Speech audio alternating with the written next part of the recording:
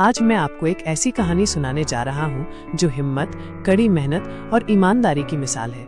ये कहानी है रामू की, एक ऐसे लड़के की जिसने गरीबी में जन्म लेकर भी कभी हार नहीं मानी और अपने सपनों को पूरा करके दिखाया। रामू का बचपन बहुत ही मुश्किलों भरा था। उसका घर एक छोटी सी झोपड़ी थी जो बारिश और धूप से ठीक से बचा भी नहीं पाती थी। उसके पिता एक दिहाड़ी मजदूर थे। इसका मतलब है कि उन्हें हर दिन काम ढूंढना पड़ता था और जितना काम मिलता उतनी ही मजदूरी मिलती थी। कभी काम मिलता तो कभी नहीं। ऐसे में घर चलाना और रामू को पढ़ाना बहुत मुश्किल था। रामू को बचपन से ही पढ़ने का बहुत शौक था।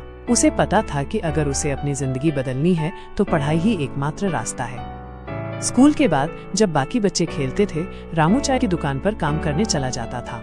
वहाँ वो कप धोता, ग्राहकों को चाय देता और जो भी छोटा मोटा काम होता वो करता था।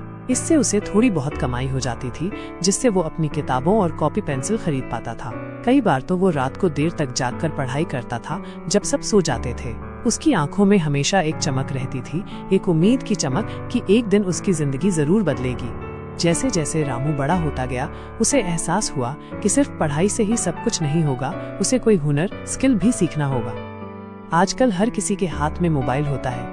रामू ने देखा कि मोबाइल खराब होने पर लोग परेशान हो जाते हैं और उन्हें ठीक कराने के लिए दूर जाना पड़ता है। उसने सोचा, क्यों न मैं मोबाइल रिपेयरिंग सीखूं। यह सोचकर उसने अपने मालिक से बात की और छुट्टी के समय मोबाइल रिपेयरिंग की एक छोटी सी क्लास ज्वाइन कर ली। यह आसान नहीं था।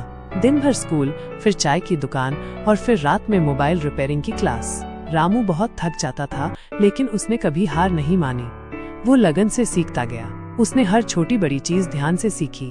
मोबाइल कैसे खुलता है, अंदर कौन से पुर्जे होते हैं, खराब होने पर क्या करना चाहिए। उसने कई बार गलतियां की, कई बार उसे निराशा हुई, लेकिन उसने हमेशा कोशिश करना जारी रखा। जब रामू ने मोबाइल रिपेयरिंग सीख ली तो उसने एक छोटी सी दुकान खोलने का फैसला किया। ये दुकान क्या थी? एक छोटी सी जगह थी जहाँ सिर्फ एक मेज और कुछ औजार रखने की जगह थी। उसके पास ज्यादा पैसे नहीं थे। उसने अपने कुछ दोस्तों और रिश्तेदारों से थोड़ी मदद ली और अपनी जमा पूंजी लगाकर एक दो मोबाइल के पुर्जे खरीदे। शुरुआत में ग्राहक कम आते थे, लेकिन रामू की एक खासियत थी ईमानदारी और कड़ी मेहनत। जब वो किसी का मोबाइल ठीक करता तो पूरी ईमानदारी से करता था। वो कभी भी किसी को ठगने की कोशिश नहीं करता था। अगर मोबाइल में छोटी सी खराबी होती तो वो कम पैसे लेता और अगर ज्यादा खराबी होती तो वो पहले ही बता देता था कि कितना खर्च आएगा। उसने हमेशा ग्राहकों को अच्छी सर्विस दी। धीरे धीरे उसकी ईमानदारी और मेहनत की खबर फैलने लगी। लोग एक दूसरे को बताने लगे कि रामू बहुत अच्छा काम करता है। उसकी दुकान पर ग्राहकों की भीड़ बढ़ने लगी। वो दिन रात काम करता था ताकि किसी भी ग्राहक को इंतजार न करना पड़े। उसने अपनी दुकान को धीरे धीरे बड़ा किया और नए नए औजार खरीदे।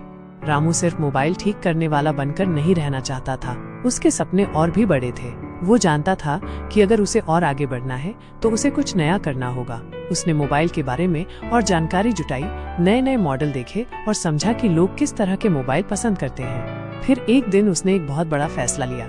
उसने अपनी खुद की मोबाइल कंपनी शुरू करने की सोची। ये एक बहुत बड़ा कदम था। जहाँ एक तरफ लोग उसे पागल कह रहे थे, वहीं दूसरी तरफ रामू अपने सपने को पूरा करने की तैयारी कर रहा था। उसने कुछ इंजीनियरों और डिजाइनरों से बात की, अपनी जमा पूंजी लगाई और बैंकों से भी लोन लिया। आज रामू की एक बहुत बड़ी मोबाइल कंपनी है।